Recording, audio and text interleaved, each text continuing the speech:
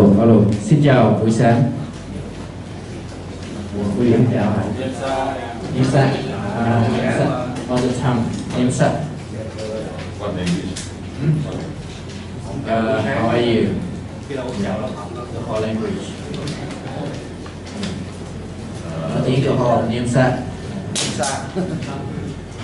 Phải chị em nói gì Niêm Sa? Niêm Sa. Niêm Sa. Niêm Sa. Niêm Sa. Niêm Sa. Không phải Niêm Sa mà Niêm Sa. Niêm Sa. Niêm Sa. Theo. Quay học mà nó giỏi theo. Niêm Sa. Niêm Sa. Okay, so I want to just give some perspective of how all these lessons are connected to each other. Bây giờ thì tôi muốn đưa ra cho chúng ta một cái tầm nhìn về cái sự kết nối của tất cả những cái bài học mà chúng ta đã học với nhau. When we talk about when we talk about ministry, khi mà chúng ta nói về chức vụ, we draw this many times already, right? So chúng ta vẽ cái này nhiều lần lắm rồi. right, so there's one part that involves the skills, right? Skills and knowledge. Rồi, anh lối đâu mất tiêu rồi. Skills and knowledge. Dạ rồi. Các kỹ năng và tri thức.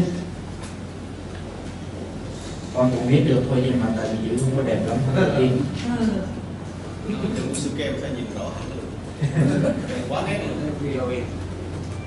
So skills and knowledge, and many times we talk about ministry, we focus a lot on the skills and the knowledge.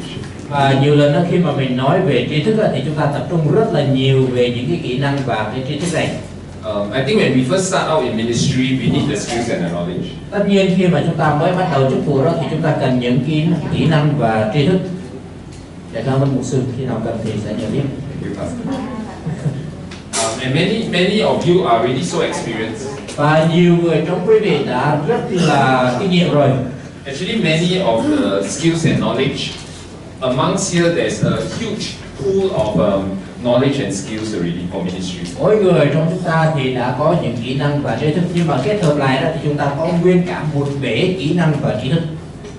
So our focus in the sessions that we spend together are not so much about all these skills and knowledge. Tất nhiên thì tôi sẽ không có tập trung nhiều quá về các kỹ năng và tri thức ở tại đây. Yes, Ecclesiastes say there's nothing new under the sun. Bởi vì truyền đạo thì nói gì ạ? Không có gì mới ở dưới mặt trời. Right. Sometimes there's different emphasis of different skills and knowledge, but many of it we already are very aware of. Tất nhiên có lúc này lúc khác thì chúng ta nhấn mạnh kỹ năng này hay là cái tri thức kia, nhưng mà tất cả nói chung là quy lại thì tất cả chúng ta đều đã biết But hết what rồi. we are looking at this time, Nhưng mà lần này đó, right, it's really more. So skills and knowledge is really more. I would say it's more hands and feet. khi mà mình nói về kỹ năng và tri thức ở đây thì chúng ta sẽ tập trung nói nhiều về tay và chân. Something that we do. Tức là những việc mà chúng ta làm. But this time what we are really looking at are really about the heart. Và lần này thì chúng ta sẽ thực sự nói về cái tấm lòng. And the heart has to do with relationships. Tấm lòng liên quan đến cái mối quan hệ. Right? And Pastor, can you help us to write relationships? Rồi xin mời một sư viết chữ mà mối quan hệ. Dạ.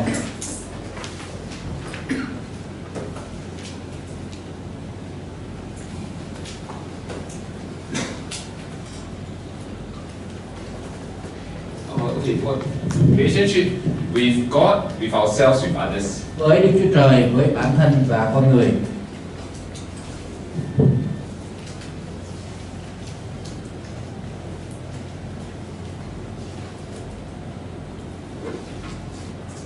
Người hay dùng bút nhiều viết còn đẹp, cho tụi con bây giờ dùng máy tính nhiều quá viết nó rất là xấu.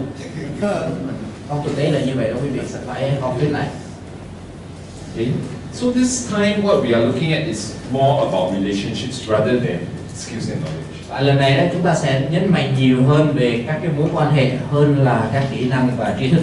Are you following what I'm trying to say? Quý vị có hiểu không ạ? Sometimes we may have very good skills and knowledge. Đôi khi đó thì chúng ta có những kỹ năng và tri thức rất là tốt. But because we don't have that kind of relationship, we are not effective in ministry. Nhưng mà vì cớ chúng ta không có được cái mối quan hệ này cho nên chúng ta không được hiệu quả ở trong chức vụ. A person who may be very skillful in understanding the scripture, in preaching, in doing ministry, but not able to have good relationship with people is not so effective. Nếu mà một người gọi là có tài khéo léo trong việc học hỏi lời của Chúa rồi chia sẻ rồi giảng dạy có tri thức á, nhưng mà người đó vẫn không được hiệu quả bởi vì người đó không có tài khéo léo trong các mối quan hệ. Right. So, but this is something that is difficult to teach sometimes. Đây là vấn đề mà đôi khi đó nó khó cho chúng ta dạy dỗ. Right? Because it is about the heart. Bởi vì nó liên quan đến tấm lòng. It also involves some of our thinking. Nó cũng bao gồm cả cái suy nghĩ của chúng ta. How we think about relationship, how we think about each other. Cách mà chúng ta suy nghĩ về các cái mối quan hệ và những người khác. So if you think about what we've been talking about the past few days, thì thế chúng ta suy nghĩ về những điều mà chúng ta đã học vài ngày vừa qua. We are ministers of life. Chúng ta là những người hầu việc sự sống. We talk about it, it's really talking about our heart and our mind. Và chúng ta thực sự nói về tấm lòng và tâm trí. We really minister out from our relationship with God. Và chúng ta thực sự hầu việc Chúa xuất phát từ mối quan hệ của chúng ta với Đức Chúa Trời. And it's that reality of God in our lives that will impact the lives of other people. Và chúng ta nói rằng chính thực tại của Đức Chúa Trời ở trong đời sống của chúng ta sẽ ảnh hưởng những người khác. In the second lesson, I shared you about ministers who of righteousness. Và trong bài số 2 đó tôi có chia sẻ với quý vị về những người hầu việc sự công chính. Remember we talked about law and grace. Chúng ta có nói về luật pháp và ân sủng. We talk about different difficult situations we need to talk to our church members. Và chúng ta cũng có nói đến về những cái tình huống, những cái hoàn cảnh khác nhau mà chúng ta cần phải nói chuyện với tín đồ trong hội thánh của chúng ta. To be able to have that kind of conversations, it requires us to know how to handle relationships. Và để chúng ta có thể có những cuộc nói chuyện như vậy đó thì đòi hỏi chúng ta phải xử lý được các cái mối quan hệ. Right. Yesterday we talked about building broken altars. Yesterday we talked about building broken altars. Ngày hôm qua đó thì chúng ta nói về những bàn thờ nó đã bị đổ bể. Once again, it's really about our relationship with God, with ministry, with our family. Thì một lần nữa nó nhấn mạnh mối quan hệ của chúng ta với Đức Chúa Trời, với bản thân và với những người khác. Right. So, as we continue this sharing today and this afternoon, và khi chúng ta tiếp tục cái phần chia sẻ buổi chiều ngày hôm nay và ngày mai, we are not learning so much about new skills and knowledge about how to do ministry. Thì chúng ta không còn học nhiều về các cái kỹ năng, về cái cách làm nữa. But we are trying to understand actually what is happening inside us when we are doing ministry. Mà chúng ta cố gắng hiểu xem đang khi chúng ta làm chức vụ đó thì điều gì xảy ra ở bên trong chúng ta. Are we spiritually healthy? Chúng ta có lành mạnh, chúng ta có khỏe mạnh về thuộc linh hay không? Or we have very good skills, but actually in terms of relationship with God, with ourselves, with other people, maybe it's not so strong. Hay chúng ta chỉ giỏi kỹ năng và tri thức, còn mối quan hệ của chúng ta với Đức Chúa Trời, với bản thân và con người thì không được gọi là khỏe mạnh. Because this is important. Bởi vì cái này là quan trọng. And this part people sometimes cannot see. Và đây là phần mà đôi khi đó con dân Chúa người ta không có thấy. Right. This part people always see, right? Cái này thì người ta sẽ luôn luôn thấy được. That's why in America, sometimes you hear about news of pastors who will fall away, be it because of sex, because of money, or because of power. Đó là lý do thỉnh thoảng quý vị có nghe ở bên Mỹ có những người mục sư sa ngã vì có tình dục, rồi vì có tiền bạc hay là vấn đề về quyền lực. We get very shocked. Chúng ta rất là bị sốc. Because how we see them, we see this part of their ministry. Bởi vì thường mình quan sát họ là mình quan sát cái này ở trong chức vụ của họ, cái kỹ năng và tri thức của họ ở trong chức vụ. But this part of the ministry no one can see. Nhưng mà cái phần này ở trong chức vụ đó thì không ai nhìn thấy được. Maybe only our family. Có thể là chỉ có gia đình mới nhìn thấy thôi. So we want to really focus on this part which is unseen. Nên chúng ta thực sự muốn tập trung vào cái phần mà con người không thấy ở đây. But this is the foundation of ministry. Nhưng mà đây là nền tảng cho chức vụ. Who we are before God. Chúng ta là ai trước mặt Đức Chúa Trời. Who we are within ourselves. Chúng ta là ai trong chính chúng ta. And who are we relate to different people. Và chúng ta liên hệ với những người khác nhau như thế nào. Are you okay? Quý vị có ok không? Right. You understand what I'm trying to say, yeah? Rồi, quý vị hiểu điều mà tôi I just want to say this so that we have some understanding in how we pull all of these things together. Tôi muốn nói cái điều này để quý vị hiểu được rằng chúng ta đang cố, giống như là những cái đề tài, những cái môn học với nhau đó, chúng ta đang cố kéo chúng lại với nhau, tóm lược lại với nhau. Okay, let's look at Matthew chapter 5. Bây giờ chúng ta xem trong Matthew đoạn 5. 38 to 47. Matthew đoạn 5. Yesterday, Pastor Ling talked about Sermon on the Mount, Matthew 5 to 7. Ngày hôm qua đó thì một sư Minh có giảng cho chúng ta bài giảng trên núi. Right, so we're going to look at some verses from there, from verse 38 to verse 47. Chúng ta sẽ xem từ câu 38 cho đến câu số 47. Các con có nghe lời dạy rằng mắt đền mắt, răng đền răng, nhưng ta bảo các con đừng chống cự kẻ. Nếu ai vả má bên phải, hãy đưa luôn má bên kia cho họ. Nếu ai muốn kiện con để lấy áo trong, hãy để họ lấy luôn áo ngoài. Nếu ai bắt con đi một dặm, hãy đi với họ 2 dặm. Ai xin hãy cho, ai muốn mượn gì đừng từ chối. Các con có nghe lời dạy hãy thương người láng giềng và ghét kẻ thù địch. Nhưng ta bảo các con hãy yêu kẻ thù và cầu nguyện cho kẻ bắt bớ các con, để các con trở nên con cái của Cha các con ở trên trời. Vì Ngài cho mặt trời soi trên kẻ ác cũng như người thiện, và ban mưa cho người không chính cũng như kẻ bất chính. Nếu các con chỉ thương người thương mình, các con có gì đáng thưởng đâu. Ngay cả người thu thuế cũng chẳng làm như thế sao? Nếu các con chỉ chào đón anh em mình mà thôi, thì có gì hơn ai đâu. Nhưng những người ngoài đạo cũng chẳng làm như thế sao? Thế thì các con hãy toàn hảo như Cha các con ở trên trời là đấng toàn hảo. Okay, this is a very challenging portion of scripture. Đây là một phân đoạn kinh thánh mà nó rất là thách thức cho chúng ta. Right, so this would fall under, when we talk about this, coming back to this table, it will fall under relationship with others. Và nó trở lại cái vấn đề là mối quan hệ của chúng ta với những người khác. And this portion has to do with relationship with people that we are not so close to, or we may not like them, or they may be our enemies.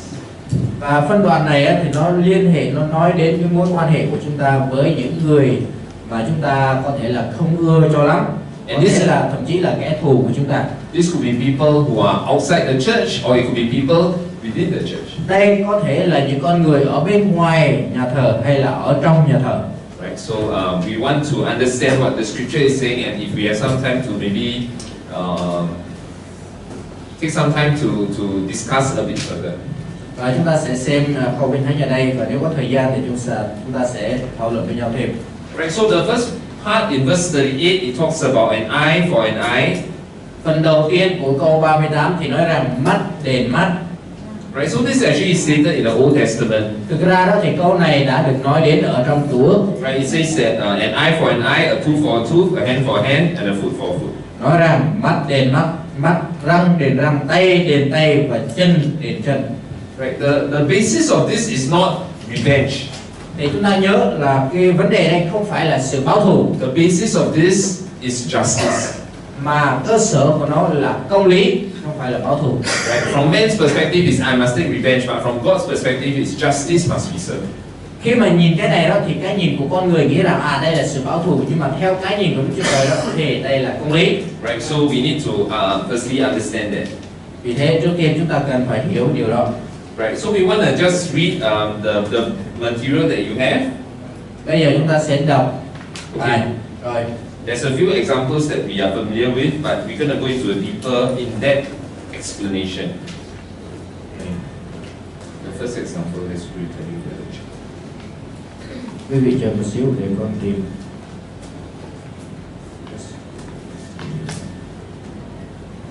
Rồi chúng ta hãy xem ở trong đoạn trang số 57, bắt đầu từ dòng đầu tiên.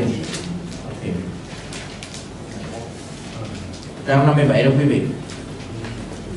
Ví dụ đầu tiên là đưa luôn má bên kia cho người ta đánh. Điều này dường như ngụ ý rằng nếu quý vị bị lạm dụng thuộc thể thì đừng chống cự, mà hãy cho phép người kia tiếp tục đánh. Bây giờ nếu ai đó đánh đập vợ chồng hay con cái quý vị thì quý vị có cho phép tiếp tục hay không? Quý vị có cho phép nó xảy ra với quý vị hay thậm chí một người xa lạ hay không? Nếu không thì quý vị có đang chú ý bất tuân Đấng Christ hay không? Trong Matthew đoạn 21 câu số 12, chúng ta thấy Chúa Giêsu khó chịu và Ngài đuổi những người đổi tiền ra khỏi đền thờ. Đây có phải là bức tranh Chúa Giêsu nhất quán với cái mà Ngài đã phán ở trong Matthew đoạn 5 về sự trả đũa hay không? Chúa Giêsu hôm qua, hôm nay và mãi mãi là y nguyên. Nếu mà như vậy, chắc chắn chúng ta đã hiểu sai câu 39. Trong thời của Chúa Giêsu, khi ai đó vả má của quý vị, đó không phải là vả má theo nghĩa đen, mà là một sự xúc phạm. Vì thế, Chúa Giêsu đang nói hãy để người kia xúc phạm quý vị. Các cảm xúc của quý vị đã bị tổn thương thì đừng trả đũa khi chuyện đó xảy ra. Đừng tìm cách báo thù vì sự kiêu hãnh của quý vị bị tổn thương. Và nếu bị vả thật theo nghĩa đen thì sao? Chẳng lẽ chúng ta đứng ì ra đó? Chúa Giêsu không làm thế, Ngài đã thay đổi nó. Trong văn đoạn 18 câu 22, chúng ta thấy một người lính đã đánh Chúa Giêsu và đòi được biết tại sao Ngài lại nói với thầy thượng tế theo cách đó. Trong câu 23, Đức Chúa Giêsu đáp: nếu ta sai, hãy chỉ ra ta sai chỗ nào, còn nếu ta nói phải, sao lại đánh ta? Okay, so it's interesting that there's actually a cultural perspective to what it means to turn the other cheek. Liên quan đến cái việc là gì, chúng ta đưa luôn cái má bên kia cho người ta đánh. Cái này nó liên quan đến cái văn hóa. Right. So what we read here, it gives us an insight into what it actually meant for the first readers of this passage. Và những gì mà chúng ta đọc ở tại đây đó thì cho chúng ta một cái hiểu về cái bối cảnh cũng như là cái văn hóa của gọi là đối tượng độc giả đầu tiên, tức là những người Do Thái. So it's not really about physical people slapping and you let people keep slapping you, keep hitting you. Vì thế vấn đề ở đây không phải là vả thật theo cái nghĩa đen, tức là vả bên này và đưa luôn cái má bên kia cho người ta vả. Right. But it is a figure of speech for people insulting us. Nhưng mà đây là ngôn ngữ hình bóng nói về việc người ta xúc phạm chúng ta. So how do we react or how do we react or we respond to it? Vậy thì chúng ta sẽ phản ứng và hành động như thế nào đối với hành động đó? So actually this has very much to do with so for this particular case we talk about relationship, right? It's this concept of giving up our rights. Yes. Ở đây thì chúng ta đang nói về cái mối quan hệ, và đặc biệt trong cái phần này á, thì nói về cái mối quan hệ của chúng ta với con người, và chúng ta từ bỏ đi quyền của mình, từ bỏ quyền của mình.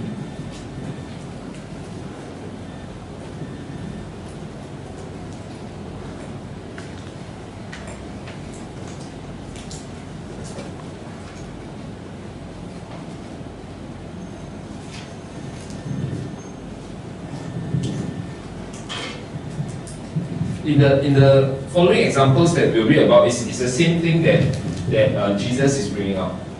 Và chúng ta thấy là gì, ở trong những cái ví dụ ở phía dưới mà chúng ta đọc ra thì chúng ta thấy là Chúa Giêsu Ngài cũng nêu ra cho chúng ta một cái điều tương tự. It's the principle of laying down our right and submitting to others. Đó là nguyên tắc hạ mình xuống và chúng ta gọi là đầu phục người khác. Anyway, we are on lesson number 7 on restoration, retaliation and love. Chúng ta đang học ở trong bài số 7 đó quý vị, nói về sự phục hồi và sự báo thù và tình yêu thương. Right. So we want to look at what Scripture informs us, and then we will perhaps think a bit deeper in our own ministry situation. Chúng ta sẽ xem ở trong Kinh Thánh, rồi sau đó chúng ta sẽ suy nghĩ một cách gọi là sâu sắc hơn qua cái thực tế, cái kinh nghiệm ở trong chức vụ của chúng ta. Right. So when somebody insults us, somebody says something that makes us really angry. Khi mà ai đó xúc phạm chúng ta hay là nói một điều làm cho chúng ta vô cùng là tức giận, If we restrain ourselves, we do not act out, we are in that way turning our other cheek. và nếu mà chúng ta gọi là kiềm chế mà chúng ta không có gọi là báo trả lại thì đó là cái nghĩa là gì, chúng ta đưa luôn cái má bên kia cho người ta vả. So this is what the text is actually saying to us. Và đó chính là điều mà phân đoạn Kinh Thánh này đang muốn nói với chúng ta. Right. So today somebody slaps you, Và ngày hôm nay nếu ai đó vả quý vị can you slap the person back? thì mình có thể nào vả lại người đó hay không? Có hả? Yes. Okay, it depends on why the person slaps us, right? Bây giờ tùy thuộc vào cái mục đích là vả làm gì, ví dụ là buồn ngủ thì vả thử xem đó. Nhưng mà thì không mà vẫn người khác đau thì khi người ta không giận nó trái. Rồi có để sau. Okay, no problem. Yeah. Okay, let's go on to the next one, the second example. Rồi, bây giờ mình qua ví dụ thứ hai đi. Yes. Ra 58 Chúng ta theo dõi. Trong ví dụ thứ hai, Chúa Giêsu nói về áo ngoài. Khi nợ đến hạn trả và con nợ không có khả năng trả, thì chủ nợ có thể chiếm quyền sở hữu tài sản của người kia một cách hợp pháp. Vì thế các chủ nợ thậm chí có thể đòi cả áo ngoài mà con nợ mặc. Tuy nhiên, luật pháp không cho phép chủ nợ lấy áo ngoài vì nó còn có vai trò là một cái chắn đắp dùng cho ban đêm. Thời nay thật khó để tưởng tượng cảnh những người nghèo cùng cực đến nỗi phải dùng áo ngoài làm chắn đắp. Chúa Giêsu đang nói gì? Ngài đang nói về các quyền lợi của chúng ta. Nếu ai đó muốn thu nợ từ quý vị thì hãy cho họ nhiều hơn cái họ phải thu từ quý vị một cách hợp pháp. Đừng đứng ở trên quyền lợi của mình là người sở hữu tài sản mà hãy hào phóng. Mặt khác, nếu quý vị là chủ nợ thì đừng ép người nợ tiền quý vị khắt khe quá đến nỗi họ phải phạm tội hay thậm chí tự tử. Đừng nặng nặc đòi cho được quyền lợi của mình. Cái này không chỉ nói đến tiền bạc.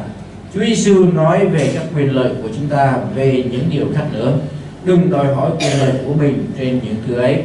Nếu Chúa Giêsu đòi các quyền lợi của Ngài thì không một ai trong chúng ta được cứu. So over here it explains to us what it means about the outer garment. Ở đây đó thì vấn đề đã được giải thích cho chúng ta liên quan đến chiếc áo ngoài. Right. So the principle here is that if somebody owes you something, you will just you must still leave him his outer garment because there is something like a blanket for him to sleep. Và ở đây nói rằng nếu mà ai đó mắc nợ chúng ta đó thì nếu mà chúng ta có thể thu hết tài sản của người đó đi chăng nữa thì vẫn phải để lại cho người đó cái chiếc áo ngoài, bởi vì cái đó là chăn đắp của người. It's still building on this principle of giving up our rights. Và nó vẫn căn cứ trên nguyên tắc đó là gì? Chúng ta bỏ đi cái quyền lợi của chúng ta. If somebody owes us something, we do have a right to insist on the person paying back to us. Nếu mà ai đó nợ chúng ta thì chúng ta có quyền đòi họ trả lại cho chúng ta. It is not wrong to have that right. Và nếu mà chúng ta thể hiện cái quyền đó thì không có gì là sai. But what Jesus is saying here is that are we able to give up that right to lay it down because we want to be generous to us? Nhưng mà điều mà Chúa Giêsu muốn nói rằng các ngươi có thể nào bỏ đi cái quyền đó của mình, đúng không? Để mà bày tỏ cái sự hào phóng với người ta hay không? So if you consider this giving up our rights, it goes back actually to what Jesus would say later. If anyone wants to follow me, he must deny himself. Và nếu mà chúng ta cứ đòi nặng nặc cho được quyền của mình đó, thì chúng ta hãy xem cái ví dụ sau đó mà Chúa Giêsu kể rằng nếu ai muốn theo ta thì người đó phải bỏ chính mình mà theo ta. So when we lay down our rights, we are denying ourselves. Vì thế khi chúng ta bỏ đi các quyền lợi của mình là chúng ta đang bỏ đi chính chúng ta đang và bỏ chính mình để mà đi theo Ngài. It's easy to lay down our rights for God. Thật là dễ để chúng ta bỏ đi quyền lợi của chúng ta vì gót Đức Chúa Trời, đúng không ạ? It is not difficult to lay down our rights for our family. Nhưng nếu mà chúng ta bỏ đi quyền lợi của chúng ta cho gia đình thì nó cũng không khó lắm. But not easy to lay down our rights for people that we think maybe don't deserve it. Nhưng mà thật là khó khăn cho chúng ta để mình bỏ đi quyền lợi vì có những con người mà mình nghĩ không có xứng đáng. And this is what Jesus is talking about. Và đây là điều mà Chúa Giêsu đang nói. Because somebody owes us something, actually we can insist the person pays us. Bởi vì ai đó nợ chúng ta cái gì đó, đúng không? Cho nên chúng ta có quyền đòi họ trả cho mình bằng được. Right, but he's saying that do not insist on that. Nhưng mà Chúa Giêsu nói các ngươi đừng có đòi nặng như thế. Lay down our rights. Hãy bỏ quyền lợi của chúng ta đi. So I go back to the big picture about relationship with people. Bây giờ tôi trở lại bức tranh lớn, đó là mối quan hệ của chúng ta với con người. Right. It is not so much a skill and a knowledge, but it's really the state of our heart. Nó không nói nhiều đến kỹ năng hay là tri thức của chúng ta, nhưng mà nói đến tình trạng hay là cái tấm lòng của chúng ta. So when we are able to practice, it's not easy, it's definitely difficult. Chắc chắn điều này không phải là dễ dàng đâu, nó là khó khăn. If people insult us, of course we feel angry. Nếu mà ai đó xúc phạm chúng ta, chắc chắn là chúng ta sẽ nổi giận, đúng không? Especially people who we know are worse off than us. Đặc biệt là những người mà chúng ta biết rõ như ban ngày là chúng nó tệ hơn chúng ta. The angrier we feel. Và họ nổi giận với mình. If somebody who's better than us insult us, we feel angry, but we are okay. Nếu ai đó tốt hơn chúng ta đó, họ xúc phạm chúng ta thì còn chịu được.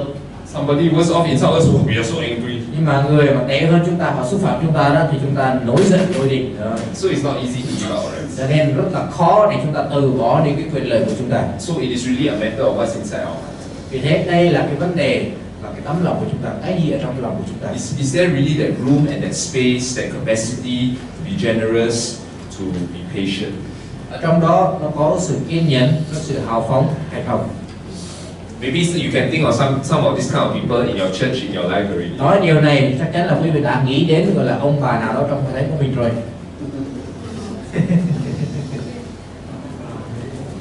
In the third example, let's read the next Ở trong next rồi one. tiếp theo trong ví dụ thứ ba của trang số 58 ở cuối trang đó quý vị. Trong ví dụ thứ ba, Chúa Giêsu nói về việc đi thêm một dặm.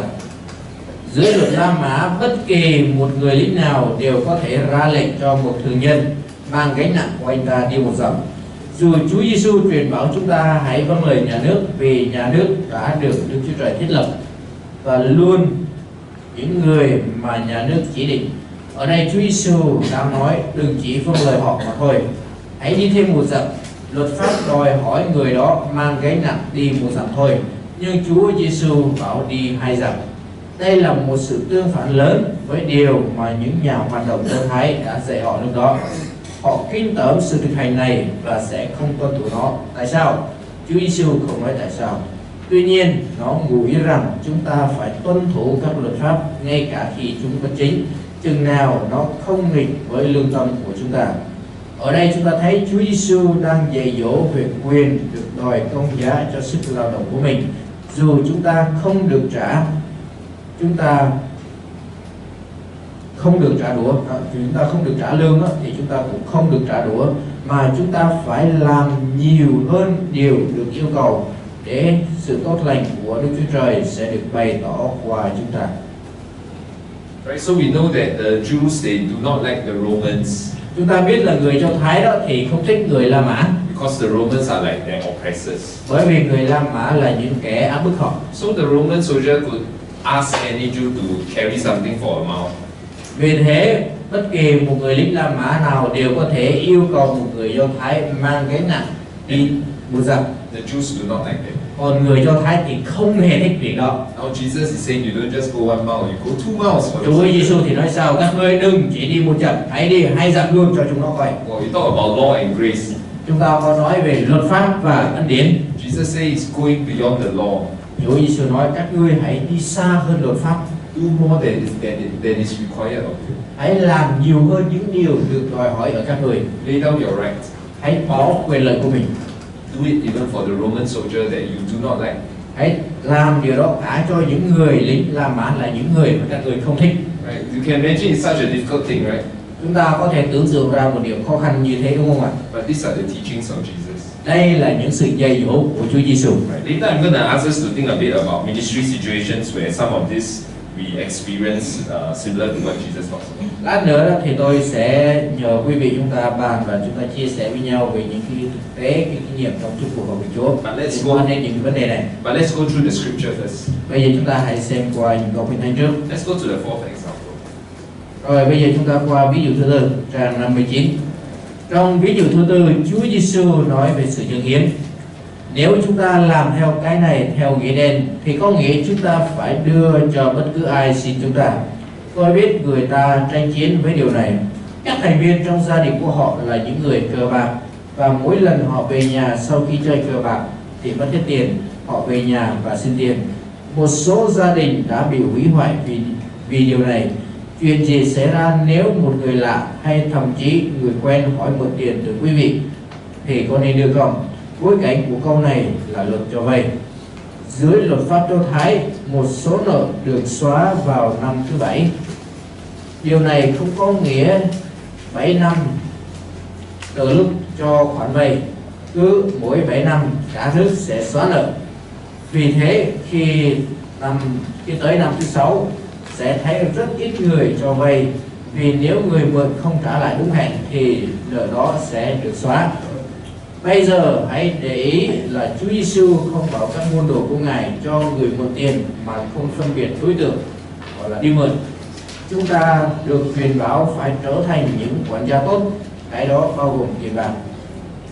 Điều Chúa Giêsu đang nói ở đây là hãy hào phóng, đừng nặng nặc đòi quyền lợi của mình trong tiền bạc. Chúng ta không bắt buộc cho mọi người đến với chúng ta xin mượn tiền đều được mượn, nhưng được yêu cầu phải hào phóng với những ai thật sự có nhu cầu. Nếu ai đó cố thao túng quý vị để quý vị dâng thì quý vị không bắt buộc phải dâng. Nếu ai đó rất có nhu cầu thì quý vị phải hào phóng, dù có thể quý vị sẽ không được trả lại. Đó không có nghĩa quý vị không phải mang nợ của người khác. Trong phần nói về sự trả đũa này, Chúa Giêsu không nói phải đòi cho được các quyền lợi của quý vị. Quý vị không có gì khi quý vị trở thành một môn đồ của Đấng Christ. Đừng than phiền hay làm do ép buộc, mà hãy hào phóng. So this is a very simple principle of helping those who need help. Đây là một nguyên tắc rất là đơn giản, giúp đỡ những người có nhu cầu, đó là hãy hào phóng. Let me share an example with you. Tôi chia sẻ một ví dụ với quý vị. Like so, we have this long time church member in my church. Chúng tôi có một cựu tín đồ gọi là thâm niên ở trong hội thánh. Right, he is he's older than me. Và anh này thì lớn tuổi hơn tôi. And he's been having a lot of problems in his life for many years. Và anh này có rất nhiều cái nan đề ở trong đời sống của mình trong nhiều năm. He had problem with his marriage. Anh này có nan đề với hôn nhân And của so mình. he remarried. Và sau đó là tái hôn. He had problem with his work. Rồi có nan đề trong công việc làm. And he made some very unwise decisions about money and his house. Và đưa ra những cái quyết định không khôn ngoan về tài chính và gia đình. And for many years, I think the past almost 10 years, he will always come to church and ask us to help him financially. Và tôi nghĩ là trong vòng 10 năm qua đó thì anh ta luôn luôn đến với hội thánh và xin hội thánh giúp đỡ về mặt tài chính. So I have this privilege of being the one to help him every time. Và cứ mỗi lần như vậy là tôi là người có đặc ân để mà giúp đỡ anh ta. Right.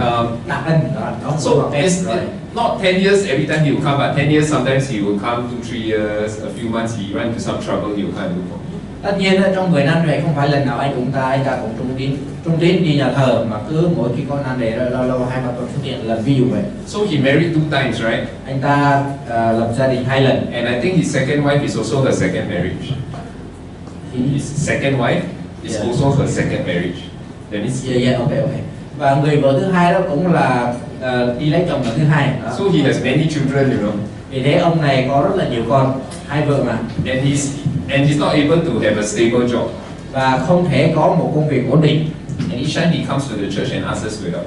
Và cứ mỗi lần đến nhà thờ đó thì xin chúng tôi giúp đỡ. It's a very difficult situation. Và đây là một hoàn cảnh có thể là vô cùng là khó khăn. On the one hand, we think about his children. Một mặt đó thì chúng tôi suy nghĩ đến con cái của anh ta. Some of them are young. Bởi vì một số đứa thì còn rất là trẻ. If we do not help him, Nếu chúng tôi không có giúp đỡ anh ta the children will suffer. thì con cái sẽ gọi là chịu đựng. But if we keep helping him, Nhưng mà nếu chúng tôi cứ liên tục giúp then he will keep coming back to us. thì anh ta mỗi lần có chuyện không thiếu tiền là chạy đến với chúng tôi. So these things has happened for 10 years on and off. He will come on. Và việc này nó đã xảy ra và liên tục như vậy trong 10 năm. There was one time, Pastor Paul was the one that talked to him. Và có một lần đó thì ông sư Paul từng có nói chuyện với anh ta. You see this brother, what he does is, he will not come to church often, but when he comes, you know that he needs help. Và anh này thì không có thường xuyên đi đến nhà thờ, và mỗi lần anh ta xuất hiện trong nhà thờ là chúng ta biết là anh ta có cần giúp đỡ rồi đó. And he will not just come to us, he will go to the church member and, hello, how are you? How's survive? And then talk, and then will ask for money. Và anh ta không chỉ tới gặp chúng tôi là những mục sư lãnh đạo, mà đi gặp tín đồ, ô hôm nay anh chị khỏe không, làm ăn sao, rồi có tiền không cho em một cái. Oh, hello, how are you? And then we'll talk about the children, oh, they're so poor thing, and then the person, oh, you need any help, and then the person will want to give something. Rồi sau đó là đi gặp người này người kia nói chuyện, ôi sao rồi anh chị, sao rồi con cái sao, khỏe không, rồi mấy đứa khỏe không, rồi có cần giúp đỡ không? Anh dạ có, giúp đi. So our members will come and tell us, oh, why are you not helping this member, this brother? He's got so much problems. Thế là tín đồ mới tới gặp chúng tôi và nói, ôi mấy mục sư sao không giúp người này nhiều nan đề là con cái, sao mấy mục sư không chịu giúp? Oh, inside we feel so, we feel very misunderstood. Chúng tôi cảm giác như mình đã bị hiểu lầm. But there was one time I was not around. I think he spoke to Pastor Paul. Và lần kia đó thì anh ta nói chuyện với mục sư Paul. And after that, I asked Pastor Paul, so Pastor Paul, how did you help him? Và tôi hỏi mục sư Paul đó, mục sư ơi, ông đã giúp anh ta như thế nào? And I learned something from Pastor Paul. Và tôi học được một điều từ mục sư Paul. Pastor Paul said that he actually, how do you say that? Try and correct him and try and guide him. Và một sư cô nói là gì, tôi đã cố để mà sửa sai anh ta và hướng dẫn anh ta. But at the end, he still take money and give it to him. Và mặc dù sửa sai rồi hướng dẫn rồi nhưng mà cuối cùng vẫn móc tiền rồi đưa cho anh ta. And Pastor Paul said this. Và một sư cô nói cái điều này. He said, in situations like that, we cannot say no to a brother. Ở trong những cái hoàn cảnh như vậy đó, chúng ta không thể nói không với người em đó. Okay, we talk about law and grace. Ở đây thì chúng ta nói về luật pháp và ân điển. When it comes to money, Khi liên quan đến tiền bạc, I am a law person. tôi là một người sống theo luật pháp. When it comes to relationship, I'm very grace. Còn nếu mà nói về mối quan hệ đó, tôi là một người gọi là theo gọi là ân sủng, rất là đầy cái sự ân hậu đó. Yeah, so money, I will be very law because I think this is money that God entrusted to us. We must have the wisdom and the fear of God to administer it right. Bởi vì tôi tin rằng cái số tiền này là điều mà Đức Chúa Trời đã tín thác cho chúng ta làm quản gia và chúng ta phải sử dụng. Our members give money to the church. We do not take it lightly. Và con cái Chúa đó họ dâng tiền đó cho hội thánh mà chúng ta không có được xem nhẹ cái số tiền đó. But when Pastor Paul said this, say no, because I think Pastor Paul scolded him a bit. Và khi mà mục sư nói cái điều đó là tôi tin là ông mục sư Paul nó cũng đã la rầy cái người đó. But after the scolding, give him some money. Nhưng mà la xong rồi cũng đưa tiền. So I learned that okay, no matter what, we must still be generous. Và tôi học được rằng thôi dù gì thì gì, nhưng mà mình phải học để hào phóng. Because from my eyes, I think this person don't deserve it. Bởi vì theo con mắt của tôi đó thì tôi thấy người này không có xứng đáng. 10 years already, you still cannot pick up your life. 10 năm rồi chẳng lẽ không có nhấc một đời của mình lên đổi được hay sao? So just a few weeks back, Và cách đây vài tuần, I went to my relative's house. tôi đi đến nhà của người hàng xóm. And I realized, my relative's house is very near to this place that this brother is working. Và tôi thấy là nhà của người hàng xóm nó rất là gần cái chỗ mà cái người anh em này đang làm việc. So I decided I will go. I didn't tell him, I go and see whether he's working. Và tôi quyết định xem thử là cái anh ta có làm việc hay không, tức là từ cái chỗ nhà hàng xóm tôi đi xem thử anh ta có làm việc hay không.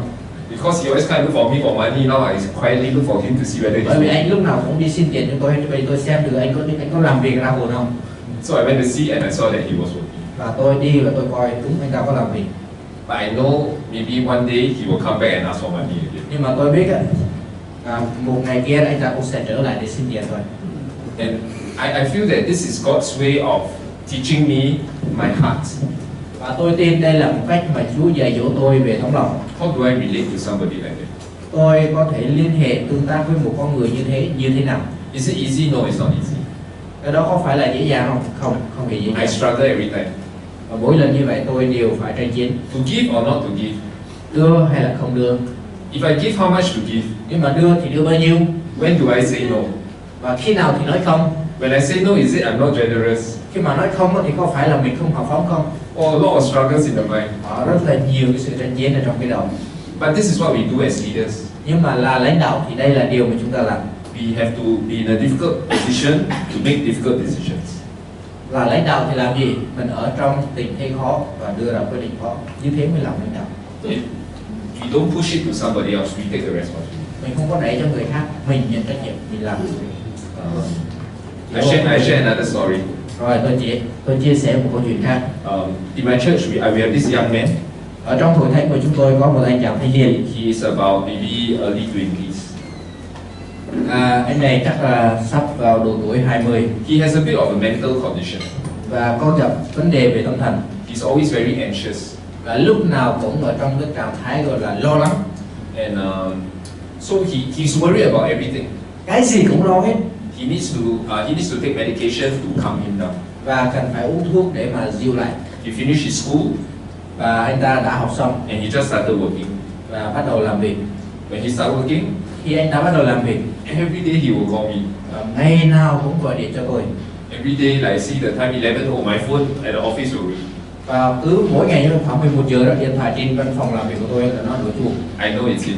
Tôi biết đó là ông ta. And then he will be telling me about his work situation. Và ông ta bắt đầu kể lể cho tôi về những cái vụ việc ở trong cái chỗ làm. So I have to be very patient. Và tôi phải rất là kiên nhẫn. Sometimes I will get impatient and I will scold him. Và đôi lúc tôi mất kiên nhẫn, tôi la cho nó một cái.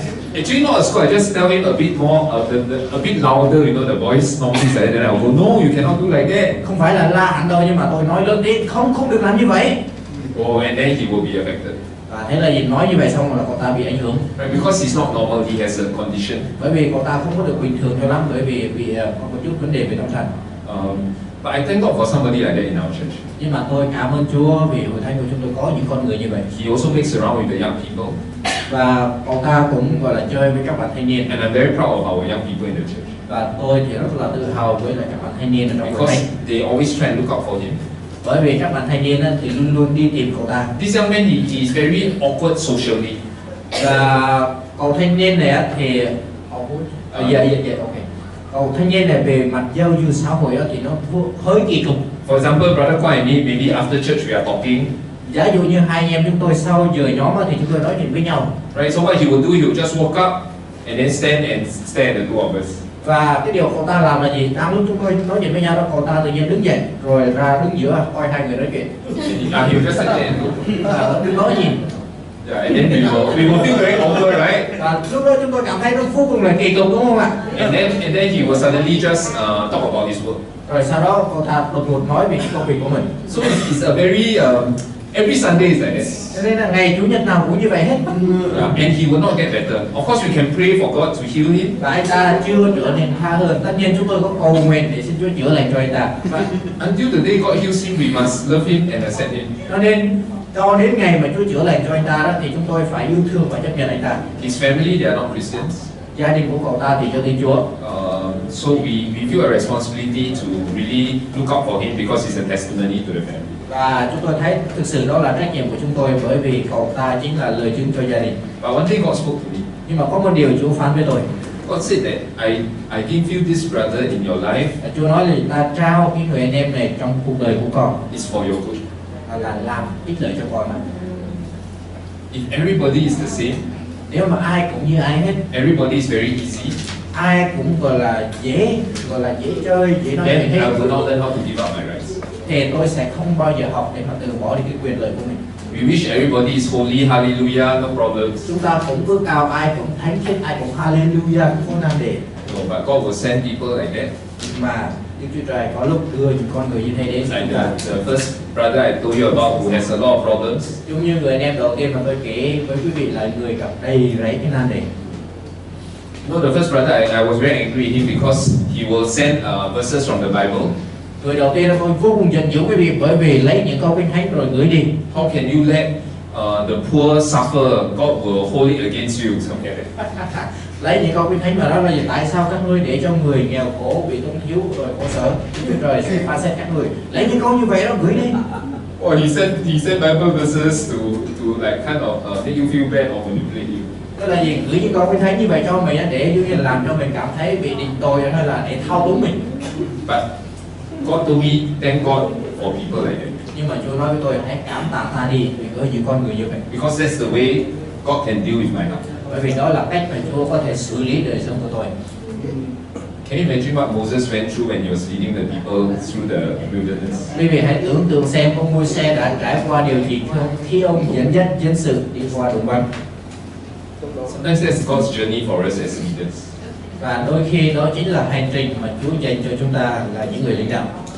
Right, so the key here, Jesus is telling us, do not insist on our rights, but be generous. Vì thế chìa khóa mà Chúa Giêsu nói với chúng ta ở đây là gì? Đó là chúng ta đừng có đòi cho được quyền lợi của chúng ta, mà hãy hào phóng. Are you okay? Quý vị có ok không? Do your churches have a bit more interesting people in your congregation? Hội thánh của quý vị có những dạng tín đồ lý thú như vậy không? Không. Or they are all very good people like Paul the Apostle? Hay là toàn là những con người thánh thiện giống như ông sứ đồ Phaolô hết? Không ạ. No. God trusts us to give us brothers and sisters like that in our congregation. Lý do là gì? Chúa tin tưởng chúng ta cho nên Chúa mới giao cho chúng ta những anh chị em như vậy. Đơn giản thế thôi. He chose us to love and to care for brothers and sisters who are like that. Chúa tin tưởng chúng ta để chúng ta yêu thương và chăm sóc cho những anh chị em giống như vậy. And it's for all good. Và điều đó là ích lợi cho chúng ta. Let's read the next part, love. Rồi chúng ta sẽ đọc phần tiếp theo nói về tình yêu thương. Trang 60.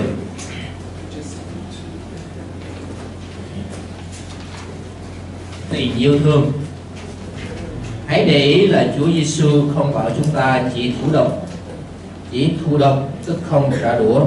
Ngài đòi hỏi nhiều hơn ở chúng ta. Trong phần tiếp theo từ câu 43 đến 48, Chúa Giêsu nói về tình yêu thương. Trong Lê Vi Ký đoạn 19 câu số 18 nói rằng: hãy yêu người lân cận người.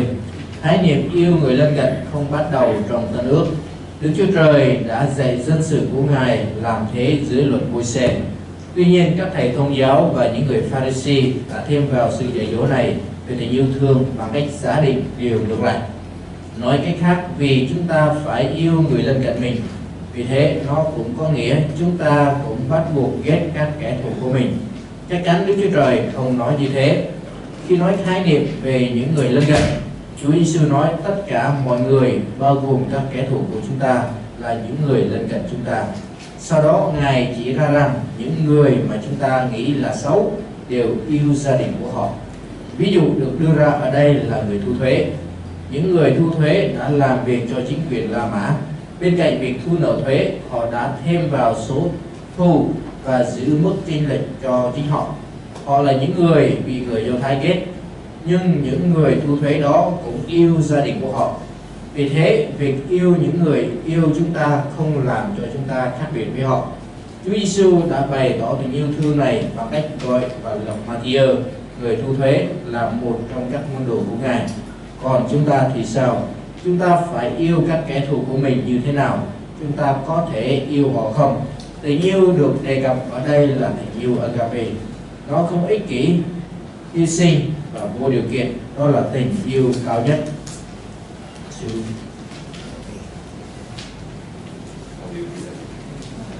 Yeah. Yeah, so this is even more difficult. Our enemies. Và đây là cái điều khó hơn, đó là kẻ thù của chúng ta. I think the first portion is quite clear. You probably will understand that. Và tôi tin cái phần đầu tiên thì khá là rõ ràng cho chúng ta và chúng ta đã hiểu rồi.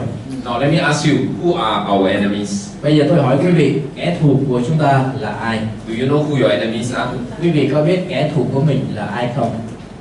Don't tell me the devil or Satan again. Quý vị đừng có nói cho tôi kẻ thù là Satan, ma quỷ nha. Tất nhiên rồi. Ourselves, yes. Bản thân chúng ta rồi. Or maybe it could be some people in the church that we find difficult to get along. Hoặc là có ai đó ở trong hội thánh mà mình cảm thấy khó hòa hợp. So on Sunday, if the person is sitting here, we will sit the other side. Và giả dụ như nhóm ngày Chủ nhật người đó ngồi ở đây, mình không thèm ngồi bên cạnh mà mình tút đằng kia mình ngồi. Right. So these things will happen. Và những điều như thế nó xảy ra. I think sometimes it may not be a bad thing. They are not ready to resolve their difference. Và đôi khi đó thì những người đó không có sẵn sàng để mà thay đổi, giải quyết những cái sự khác biệt. Right. But let's start with us as leaders. Nhưng mà chúng ta hãy bắt đầu từ chỗ chúng ta trước là những người lãnh đạo. Are there difficult people that we feel we hold something against them, or we feel they hold something against us? Ở trong hội thánh có những con người mà chúng ta cảm thấy rằng chúng ta có điều còn nghịch với họ và họ còn có những điều còn nghịch với chúng ta hay không? Let's read the next portion in the first place. Rồi chúng ta sẽ đọc phần tiếp theo. Trang 62. Ban đầu do đâu mà họ đã trở thành các kẻ thù của chúng ta? Chắc chắn là họ đã làm sai điều nào đó. Thay vì giải quyết nó, chúng ta đã để cho vấn đề mưng vũ cho tới khi nó trở thành vết thương bất trị. Bước đầu tiên để giải quyết là tha thứ. Chúng ta đúng hay sai không quan trọng. Nếu chúng ta muốn phục hồi mối quan hệ đổ vỡ, chúng ta cần cái gì đó, đó chính là sự tha thứ. Một số người nói rằng họ không bao giờ có thể tha thứ vì người khác đã làm. Nhưng Đức Chúa Trời nói hãy tha thứ cho họ như ta đã tha thứ cho con. Là các con trai, con gái của Đức Chúa Trời, chúng ta được truyền bảo phải tha thứ. Nó không phải là một tùy chọn. Chúng ta không thể chọn khi nào thì vâng lời Đức Chúa Trời. Nếu chúng ta là các môn đồ của Đấng Christ thì chúng ta phải theo trọn đường. Chủ đường đi là khó khăn. Sự tha thứ là bước đầu tiên trong hành trình của chúng ta để yêu các kẻ thù của mình. Sự tha thứ phải theo sau bởi hành động. Khi đã tha thứ, một người phải cố gắng làm việc thiện cho họ. Điều này sẽ phục hồi các mối quan hệ đã đổ vỡ. Cái này rất đúng trong trường hợp của các thành viên gia đình và những người mà quý vị biết. Có thể nó sẽ bất năng đối với những người lạ, nhưng dẫu vậy Nơi cơ hội xuất hiện, chúng ta phải nắm lấy và làm cái gì đó. Bước thứ hai trong hành trình này là cầu nguyện và cầu thay cho kẻ thù của chúng ta. Một lần nữa, nó không phải là một tùy chọn. Chúng ta được truyền bảo phải cầu nguyện cho các kẻ thù của chúng ta. Hãy để ý là chúng ta có vai trò của mình, và sau đó chỗ nào chúng ta không làm được thì chúng ta yêu cầu Chúa để Ngài làm còn lại. Làm cách nào để người ta nhận ra? Ok. Audience. Finish all. No, where do you read? To God be with the rest. Okay, can. Okay, good. So the two steps. First is we will have to want to forgive. Ở đây thì cũng có hai bước. Đầu tiên là chúng ta muốn tha thứ. So from the desire, and then we will act it out by going to the brother or the sister to seek reconciliation. Đầu tiên là chúng ta có ước muốn để tha thứ, rồi sau đó chúng ta đi tìm người anh em của chúng ta và chúng ta cầu đi tìm sự tha thứ từ nơi họ.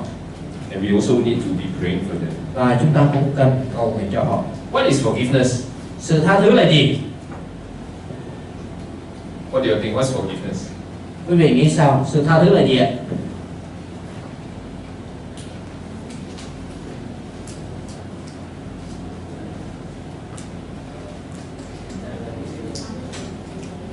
Tha thứ là bỏ qua những gì mà người ta sai qua. To let go of their wrongs. To let go of their wrongs. Okay. Bỏ qua những cái sai của họ. What are the thoughts? Còn ai có ý kiến gì nữa không? Như vậy Cái gì ạ? thì là người ta làm sai mình không gì mình bỏ qua hết. Là nói rồi đó. Đó ý như vậy đó. Là ý như vậy. You see my need. Có ai có ý khác không? Sự tha thứ là luật của tình yêu thương. Forgiveness is law of love. Okay. Okay. Tha thứ cho họ rõ vấn đề của họ của mình. Sự tha thứ là làm rõ cái vấn đề của họ của mình. Làm rõ vấn Tha đề. thứ cho họ. Làm vấn đề, làm sáng tỏ vấn đề. Forgiveness is to resolve the problem, to bring it to light. Okay. Tha thứ là một cái quyết định, mình không có đối xử với người ta theo những cách mà người ta đã đối với mình. Forgiveness is a decision to treat people not as the way they treated us.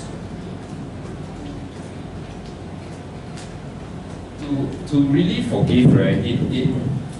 The foundation has to deal with the aspect that we do not insist on our rights. Sự tha thứ đó thì cái cơ sở, cái căn bản của nó đó là gì? Chúng ta không có nặng nặc đòi cho được quyền lợi của mình. What it means is that if I still insist on my rights, Ý muốn nói là gì? Nếu mà tôi cứ nặng nặc đòi cho được quyền của mình I cannot forgive. thì mình không thể tha thứ. You get what I'm trying to say? Quý vị hiểu điều tôi muốn nói không ạ? Right. So that's why the way that Matthew wrote it for us, if we insist on our rights, we will not be able to forgive people.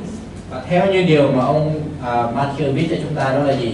Nếu mà chúng ta cứ đòi cho được quyền lợi của chúng ta đó thì chúng ta sẽ không thể tha thứ cho người khác. But when I am willing to lay down my rights, Nhưng mà khi tôi sẵn sàng để từ bỏ đi quyền lợi của mình then forgiveness is possible. thì lúc đó có thể tha thứ được. Okay, I now want to give us some time to go into groups. Bây giờ thì tôi sẽ cho quý vị thời gian để chúng ta chia tổ. I want us to share a bit about what we talk about giving up our rights, laying down our rights. Tôi muốn quý vị hãy bàn luận với nhau một chút về việc chúng ta từ bỏ đi quyền lợi của mình And this thing about forgiveness, và sự tha thứ, about difficult relationships in our local church. về những cái mối quan hệ gọi là khó khăn ở trong hội thánh địa phương của chúng ta. As we listen to this scripture and this sharing, Khi chúng ta nghe cái phần chia sẻ cũng như những câu kinh thánh này what are some thoughts or some stories we can think about from our own experience? thì quý vị có thể nghĩ đến đến những tình huống hay là những cái kinh nghiệm thực tế nào trong cái đời sống chức vụ vị Chúa của chúng ta? Or what would you feel that God is speaking to us specifically into our church situation if there's something that is related to what we are discussing? Và đang khi quý vị nghe những cái sự dạy dỗ và những câu kinh thánh này thì Chúa có phán cái điều gì đó cụ thể với quý vị liên quan đến những cái lĩnh vực này, những cái mối quan hệ này ở trong hội thánh và trong chức vụ của quý vị hay không? So let's go into small groups and have a short discussion. Bây giờ chúng ta sẽ quay mặt lại với nhau rồi chúng ta sẽ chia thành những cái nhóm nhỏ rồi mình bàn luận với nhau.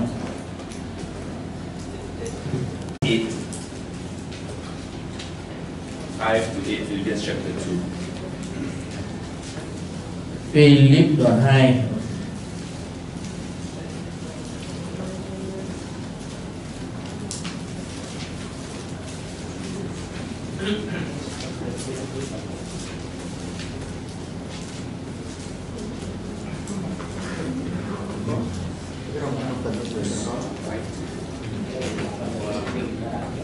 Ở trong sách Philip đoạn 2 từ câu 5 đến câu số 8: hãy có đồng một tâm tình như Đấng Christ đã có. Ngài vốn có hình Đức Chúa Trời, song chẳng coi sự bình đẳng mình với Đức Chúa Trời là sự nên nắm giữ. Chính Ngài đã từ bỏ mình đi, lấy hình tôi tớ và trở nên giống như loài người. Ngài đã hiện ra như một người, tự hạ mình xuống, vâng phục cho đến chết, thậm chí chết trên cây thập tự. It takes a lot of strength to give up our rights. Cần rất là nhiều sức mạnh để chúng ta từ bỏ đi quyền lợi của chúng ta. And Jesus did it intentionally. Và Chúa Giêsu đã làm điều đó một cách có chủ định. So let Jesus be our example. Vì thế chúng ta hãy để Chúa Giêsu là tấm gương của chúng ta. When Jesus laid down his rights, he didn't do it like a weakling, but he was still courageous and strong in achieving God's purpose. Khi mà Chúa Giêsu từ bỏ đi các quyền lợi của Ngài thì không có nghĩa là gì Ngài làm cái điều đó với là một tâm thế gọi là yếu đuối, gọi là nhu nhược. Chúa Giêsu đầy cái sự can đảm và dũng cảm để Ngài tiếp tục hoàn thành kế hoạch của Đức Chúa Trời. I suppose for us, when we talk about giving our rights, it means that we do not tell people to do things because we are their pastor. Và khi mà chúng ta nói đến việc từ bỏ đi quyền lợi của chúng ta thì chúng ta có thể hiểu như thế này, là những người mục sư đó thì chúng ta không thể nào áp đặt người này bảo họ làm cái này làm cái kia bởi chỉ vì cớ chúng ta là mục sư. It's not like you are the commander, you use your rank to pressure people.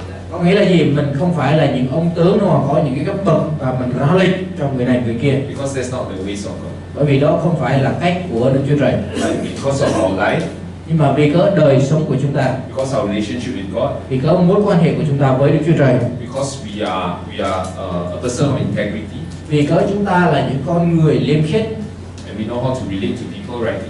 và chúng ta biết cách để chúng ta tương tác, chúng ta liên hệ với người ta một cách ngay thẳng, People look at our life and they will submit and respond to it. thì người ta sẽ quan sát đời sống của chúng ta và họ sẽ đáp ứng lại và họ sẽ đầu phục. That's where ministry really happens. Và đó là chỗ mà chức vụ hầu việc Chúa của chúng ta thực sự xảy ra. Okay? Ok không ạ? Let's pray and then we will have our lunch. Rồi bây giờ ok rồi, chúng ta cầu nguyện để ăn trưa. Jesus, we thank you that you are our best example. Giêsu ơi, chúng con cảm ơn Ngài vì Ngài là tấm gương tốt nhất của chúng con. Because you laid down your right. Vì chính Ngài đã từ bỏ đi quyền lợi của mình. You laid down your right as the Son of God from heaven. Ngài đã từ bỏ đi quyền lợi của Ngài với tư cách là con trai của Đức Chúa Trời từ trên thiên đàng. You limited yourself in human flesh. Ngài đã tự giới hạn chính mình ở trong thân xác của loài người. And you came even as a vulnerable little baby. Và Chúa Ngài đã đến trên thế gian này với hình dạng của một hài nhi dễ bị tổn thương. You lived among us. Và Ngài sống giữa vòng chúng con. And not just that, you took on the role of a servant. Nào những vậy mà thôi, Chúa còn mang lấy hình của một tôi tớ. Washing our feet. Ngài rửa chân cho chúng con. Dying on the cross for us. Ngài chịu chết trên thập tự giá cho chúng con. Today we are reminded you call us to learn from you. Và ngày hôm nay Chúa nhắc chúng con là hãy học từ nơi Ngài, To lay down our rights. để chúng con từ bỏ đi quyền lợi của chúng con To deny ourselves. và chúng con bỏ mình đi To take up our cross. và mang lấy thập tự giá And to follow you in your way. và để đi theo Ngài, theo đường lối của Ngài. Help us to do that, Lord, Chúa ơi, xin Hãy giúp đỡ chúng con làm việc ấy by the power of your Spirit. với quyền năng của Thánh Linh Ngài. Pray this in Jesus' name. Con cầu nguyện điều này trong danh của Chúa Giêsu. Amen. Amen. Amen. See you at 2 o'clock.